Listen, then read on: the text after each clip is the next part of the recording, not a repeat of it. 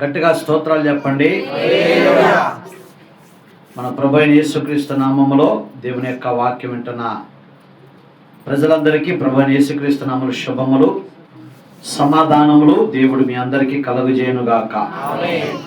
మనము ఆదికాండము 17వ అధ్యాయంలో దేవుని యొక్క వాక్యాన్ని చదువుతున్నాం.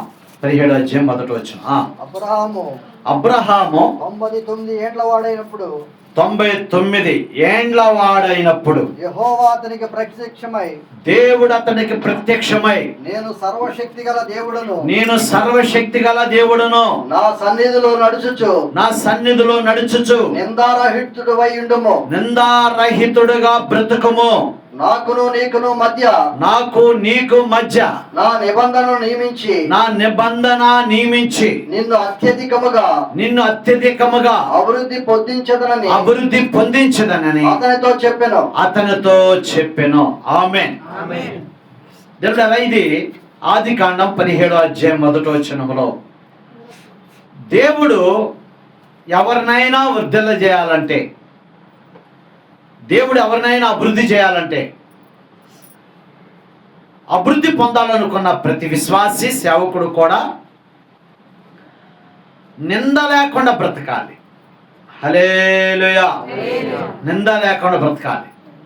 అన్య జనాంగము చేత నిందలు, అలాగే తోటి విశ్వాసుల చేత నిందలు, ఇది నింద అనేది ప్రభు నిమిత్తమా లేకపోతే మనం చేసే లేఖనాలకు విరుద్ధమైన కార్యాలను బట్టి వచ్చే నిందల అనేది కూడా మనం ఇక్కడ పరిశీలన చేసుకోవాలి. ఇక్కడ మన పితరుడైనటువంటి అబ్రహాముతో దేవుడు చెబుతున్న మాట ఏంటంటే, నేను నిన్ను అత్యధికంగా అభివృద్ధి చేస్తా, కాతే నీవు నింద లేకుండా బ్రతుకు. అనగా నిందలు దేవుని నిమిత్తం వస్తున్నాయా లేకపోతే మన చేతులతో చేసుకున్న పనులను బట్టి నిందలు వస్తున్నాయా అనేది కూడా ఇక్కడ మనం పరిశీలన చేసుకోవాలి. ఈ పగటి కాలంలో చాలామంది నేను నిందించబడుతున్నాను, నేను అవమానించబడుతున్నాను, నేను హేళన చేయబడుతున్నాను, నేను కించపరచబడుతున్నాను, నన్ను మరి చాలా బాధ పెడుతున్నారు, నన్ను చాలా వేధిస్తున్నారు అని చెప్పేసి చెప్పుకోవచ్చు దేవుని ప్రజలారా. అయితే అది అలాంటి పరిస్థితి కనుక ఉన్నట్లయితే నువ్వు దేవుని నిమిత్తము పడుతున్నావా, లేకపోతే మన చేతులతో చేసుకున్న పాపాలు బట్టి, మనము దేవుని యొక్క వాక్యానికి విరుద్ధంగా చేసిన దానిని బట్టి, మన శరీర ఇచ్చల కొద్ది చేసిన లోపాలను బట్టి మనం నిందలు పడుతున్నామా అనేది కూడా ఇక ఉదయకాలంలో పరిశీలన చేసుకోవాలి. స్తోత్రాలు చెప్పండి. అయితే ఇక్కడ మనం గమనించిన ఈ మాటలో మనం ఏం చూస్తున్నామంటే, దేవుడు ఎవరినైనా అభివృద్ధి చేస్తాడు. స్తోత్రాలు చెప్పండి. చూడండి ఒకసారి ఆదికాండము 26వ అధ్యాయము 12 వచనం నుంచి మనం దేవుని యొక్క వాక్యాన్ని ధ్యానం చేసుకుంటాం. ఇస్సాకు ఆ దేశమందున్న వాడై విత్తనం వేసి ఆ సంవత్సరము నూరంతల ఫలము పొందెను. యెహోవా అతనిని ఆశీర్వదించిన గనుక ఆ మనుషుడు గొప్పవాడైను. అతడు మిక్కిలి గొప్పవాడు అయ్యే వరకు క్రమముగా అభివృద్ధి పొందుచు వచ్చును. అతనికి గొర్రెలాస్తియు గొడ్ల దాసులు గొప్ప సమూహము కలిగి ఉండినందున ఫిలిష్తీయులు అతని యందు అసూయపడిరి. ఇది అసూయ.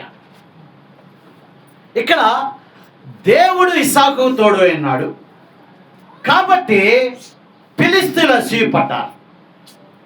దేవుడు ఎవరికైనా తోడు ఉంటే అన్య జనాంగము చేత వారు కొన్ని సమస్యలు గుండా వెళ్ళాల్సి వస్తుంది. అనగా కాయలున్న చెట్టుకి దెబ్బలు తగిలినట్లుగా దేవుని ప్రజలారా, నువ్వు పచ్చగా ఉన్నావు కాబట్టి అన్ని జనాంగం నీ మీద రాళ్ళు వేస్తా, అలాగే నీ దగ్గర కాయలు ఉన్నాయి కనుక కోసుకోవటానికి నయోపాయము చేత, మాయోపాయము చేత, దండోపాయము చేత నిన్ను బాధ పెట్టి, నిన్ను కించపరిచి, నిన్ను అవమానపరిచి, నిన్ను హేళన చేసి నీ మీద నిందలు వేసి నిన్ను శోధిస్తా వెళ్తామంటారు. స్తోత్రాలు చెప్పండి. ఇంకో విషయం తెలుసా, వాళ్ళకి నెమ్మది లేదు, కానీ నీకు నెమ్మది ఉంది. నీ నెమ్మదిని పాడు చేయటానికి అపవాది వారిలో ప్రవేశించి వారి ద్వారా నీకు కొన్ని రకాలైనటువంటి పరిస్థితులు కలుగుతా ఉంటాయి. అయితే గుర్తుంచుకో, నిన్ను వర్ధల చేసేది మనుషుడు కాదు, నిన్ను అభివృద్ధి చేసేది దేవుడు. ఆమేన్. నిన్ను అభివృద్ధి చేసే దేవుని వైపు చూడు. నిన్ను పిలిచిన నీ దేవుని వైపు నువ్వు చూడు. నిన్ను రక్షించిన నీ దేవుని వైపు చూడు. నిన్ను ఏర్పాటు చేసుకున్న నీ దేవుని వైపు చూడు. నిన్ను ఎన్నుకున్న నీ దేవుని వైపు నువ్వు చూసినట్లయితే నీ ఆశీర్వాదం అనేది రాబోయే దినాలలో స్పష్టంగా ప్రజలు చూచేటట్లుగా నిందలు వేసిన వారు చూస్తారు, వేళను చేసిన వారు చూస్తారు, అవమానపరిచిన వారు చూస్తారు, నిన్ను కించపరిచిన వారు చూస్తారు, నిన్ను తక్కువ అంచనా వేసిన వారు చూస్తారు, నిన్ను దూషించిన వారు ఆ ఆశీర్వాదాలు చూడబోయే రోజులు రాబోతున్నాయి. హల్లెలూయా. అయితే ఇక్కడ ఒక మాట, అద్భుతమైన మాట రాస్తుంది. మన పితృడైన మరి అబ్రహాము గారితో దేవుడు మాట్లాడుతున్న మాట, నేను నిన్ను అత్యధికంగా వర్ధలు చేస్తాను, అయితే నువ్వు నింద లేకుండా బ్రతకాలి. హల్లెలూయా. నింద లేకుండా బ్రతకాలి. ఇక్కడ నిందల్లో రెండు రకాలు దేవుని ప్రజలారా.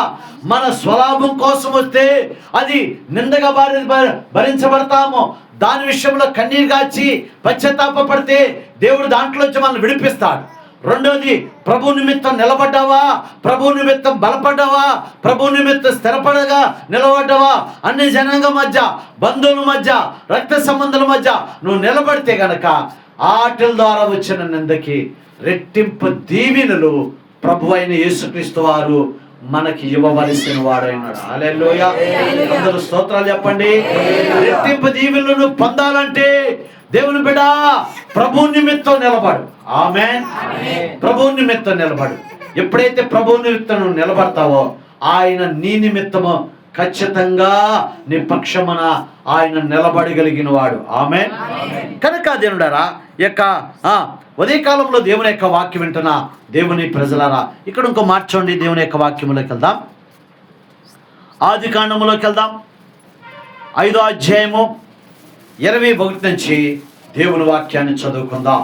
హానోకు 65 ఏండ్లు బ్రతికి 65 సంవత్సరాలు బ్రతికి మెతూషేలాను కనెను.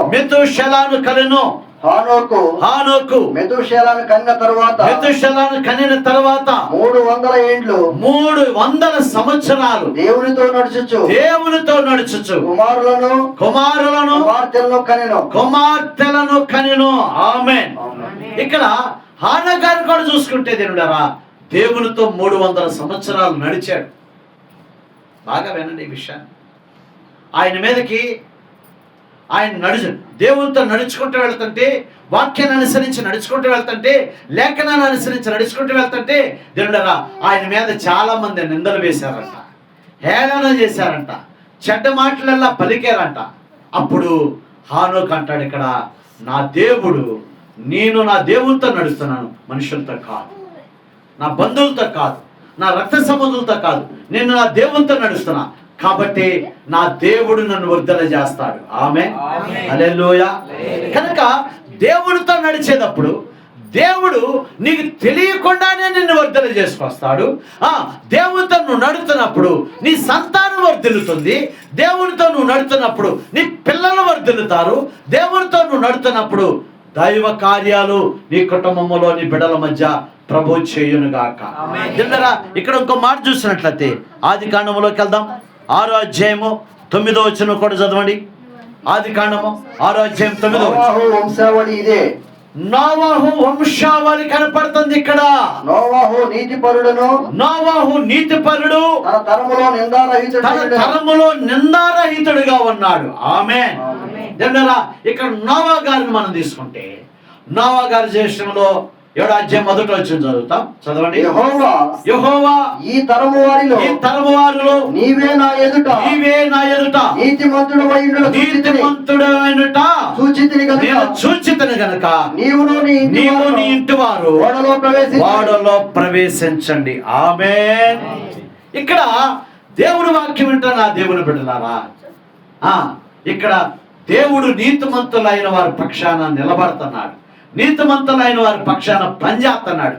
నీతిమంతుల సంతాన పక్షాన దేవుడు నిలబడ్డాడు. ఆమె ఇక్కడ ఎవరు నీతిమంతులు?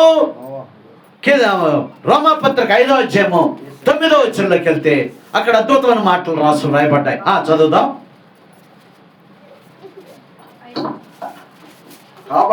కాబట్టి ఆయన రక్తము వలన, యేసుక్రీస్తు ప్రభుల వారి యొక్క రక్తము వలన ఇప్పుడు నీతిమంతులుగా మనము తీర్చబడి మరింత నిశ్చయముగా ఆయన ద్వారా ఉగ్రత నుండి రక్షించబడతాము. ఆమేన్.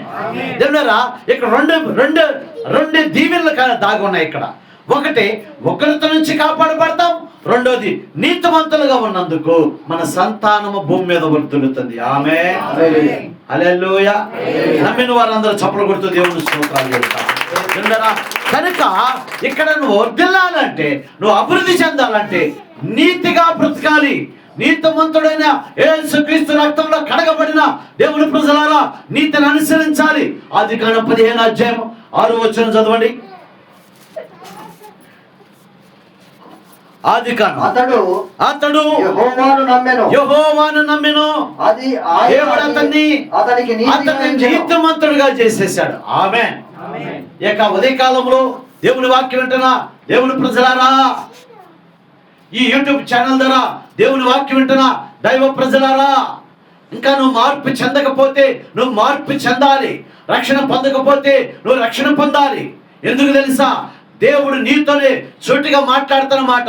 ఎంతకాలం దరిద్రంగా బ్రతుకుతావు, ఎంతకాలం దైనందినంగా జీవిస్తావు, ఎంతకాలం దేవుని ఆజ్ఞలను మీరి, దేవుని కట్టడాలు మీరి, దేవుని యొక్క సన్నిధికి రాకుండా, దేవుని యొక్క మాటలు వినకుండా, దేవుని వాక్యం చేత బలపరచబడకుండా, దేవుని వాక్యం చేత ధైర్యపరచబడకుండా ఎంతకాలం ఇలా బ్రతుకుతావు, ఎంతకాలం ఆర్థికంగా నలిగిపోతావు దేవుని బిడ్డ. కాబట్టి ఇక్కడ నోవహు అంట, ఆ తరంవారులో దేవుడు నోవహుని నీతిమంతుడిగా చేస్తే, ఆ నీతిమంతుడైన నోవహుని దేవుడు తప్పించడానికి, రక్షించడానికి అద్భుతంగా ప్రణాళిక ఒకటి వేశాడు. నేను తెలుసా? నువ్వు ఓడ తయారు చేసుకో అన్నాడు. నేను మానవ జాతి అంతటిని కూడా జల ప్రళయం చేత నాశనం చేయబోతున్నాను నోవహు, కాబట్టి నువ్వు ఓడ తయారు చేసుకుంటే, ఆయన దేవుడరా ఓడ తయారు చేసుకోవటానికి మ్రాను నడటానికి అడవులకు వెళ్ళాడు. మ్రాను నడుకుని వస్తున్నాడు. వస్తే తన భార్య అడిగింది, దేవుడు జల ప్రళయం చేత మానవ జాతి చేయబోతున్నాడు, కాబట్టి ఆ నశింపులో నీతిమంతులమైన మనల్ని రక్షించడానికి ఆయన వాడ కట్టుకోమన్నాడు అనగానే అప్పుడు తన భార్య ఎక్కిపించింది. స్తోత్రాలు చెప్తారా? తన భార్య ఎక్కిపించింది. ఆ తర్వాత దేవుడారా తన కొడుకు వచ్చాడు. కొడుకు వస్తే కొడుకు కోడలు కూడా ఎక్కిపించారు. దేవుని మాటకి లోబడి, తండ్రి మాటకి విధేయత చూపి. అలాగే కొడుకు ఫ్రెండ్ వచ్చాడు. ఏమన్నాడు? దేవుడు ఏంటి, జలప్రళయం ఏంటి, మానవులు నశించిపోవటం ఏంటిరా, నువ్వు పిచ్చోళ్ళలాగున్నావు, మనం ఏ యుగంలో ఉన్నావు అని చెప్పేసి ఆయనకి వ్యతిరేకంగా అపవాది వాళ్ళలో ఉండి అతన్ని ప్రేరేపించబోతే, లేదు లేదు మా తండ్రితో దేవుడు మాట్లాడాడు, మా తండ్రి మా అమ్మకి చెప్పాడు, మా అమ్మ నాకు చెప్పింది, నేను నా భార్య చెప్పాను, కాబట్టి ఖచ్చితంగా జల ప్రళయం వస్తుంది, ఖచ్చితంగా మానవులు నశించిపోతారు, ఆ ఉగ్రతలో మేము కాపాడబట్ట కొరకు మేము వాడ తయారు చేసుకుంటున్నాం అని చెప్పేసి చెప్పాడు ఆ పెద్ద కొడుకు తన ఫ్రెండ్కి. స్తోత్రాలు చెప్తారా? దీన్ని బట్టి మనకి ఏమర్థం అవుతుంది అంటారా? రక్షణ పొందాలనుకున్నప్పుడు వెనకాల మన బంధువులు కానీ రక్త సంబంధాలు కానీ వెనకాల ఆగుతూ ఉంటారు. మనల్ని రక్షణ పొందనీయకుండా, దేవుని సన్నిధికి రానియకుండా, అలాగే ప్రభు మాట వినకుండా, ఆజ్ఞల పాట వినకుండా మన బంధువులు, మన రక్త సంబంధులు మన వెనక ఆగుతారు. అంటే ఎట్టా తెలిసింది?